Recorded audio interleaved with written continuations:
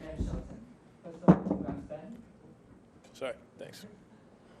Congrats on your first Masters 1000 title, and you will be in number 6, which on PI50 rankings, which is also your career high.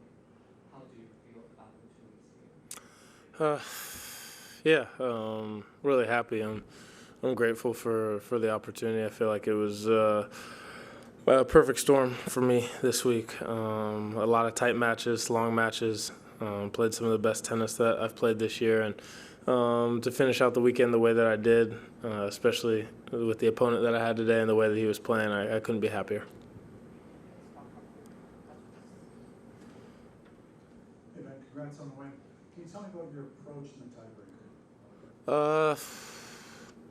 Yeah, I felt in that last game, my slice serves were moving like 10 feet left to right. I don't know what it was, a slight change in my ball toss or swing speed, and I was getting a crazy amount of bend on the serve, so I kind of just stuck with that, stuck with the slider serves, whether it was into the body or to the forehand, to the backhand. I was just trying to make that ball move left to right.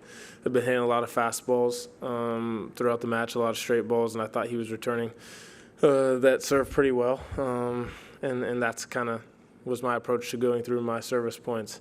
On the returns, I was just trying to be really aggressive with my footwork, find forehands, try to get to neutral and get to attack. And I hit one screamer of a return at the end of the tiebreak, but just try to flip the switch. I lost the first tiebreak, not being tentative, but he overpowered me. He played bigger than I did. He hit better shots than I did, and I just didn't want to go out the same way. Congrats on the title. 2 years ago, Yannick won his first big title here in Toronto, and since then it's been onward and upward for him. Do you think this could be your breakthrough moment? You never know. I think everyone has a different path. Everyone's story is written differently, and I've kind of done it my way. There's been a lot of guys to look up to, just because how young they've been when they have broken through and have had so much success at big tournaments. Tennis seems to be a sport that has young champions all the time, which is not common or normal. It's ultra impressive, and I hope that this week kind of kickstarts me and gets me more consistent with the type of tennis that I want to play day in and day out, and it's certainly going to push me to work harder. I feel like I have a good grasp now on the things that really work for me against guys who are playing some of the best tennis in the world, and the things that I need to continue to work on. Maybe take some time to thank your dad in your post-match speech. Just kind of describe what makes your coaching dynamic work. He knows me really well. He doesn't sugarcoat things. He's honest, and I think I take things well from him because I respect the career he had as a player. I respect him as a coach, obviously, and I respect him as my dad, and he respects me in the same ways. So I know that he has a great tennis mind. He respects my tennis mind and my independence, knowing that he can let me go in the big moments and just let me play my game. But he does a great job of injecting little bits and pieces throughout the match that help me. So I think the respect is one thing that helps a lot, and then just the kind of coach-player model that we have, I think, works really well.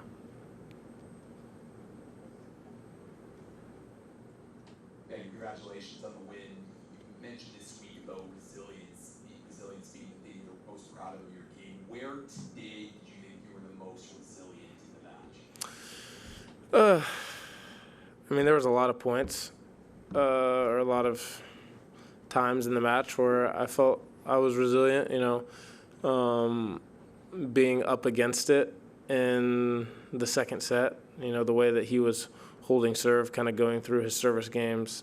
He served first, so there's scoreboard pressure. and then being down love 40, trying to serve out the set, winning. I forget 5 points in a row or whatever it was to hold that game was massive for me. And then just same thing in the third set, scoreboard pressure. He's getting through his games really easy, serving amazing, hitting great from the baseline, and I just continued to match him and keep holding, and then played an unbelievable tiebreaker. So I think that was just kind of the name of the game for me today. And this whole week you had pretty big crowds out there cheering you on. How do you play off the crowd, and how do you think that you also help to contribute to fire them up throughout the week? Yeah, I love getting the crowd involved. Hitting highlight shots, hyping them up. I love hearing the crowd noise. For me, this was a week that I was pretty locked in. Probably less crowd interactions, but the tennis that I was playing still got people excited. So for me, it's a big balance of being myself out there, having fun, smiling, which is just my DNA, and focusing and doing what I need to do to get the job done. Hello, Ben.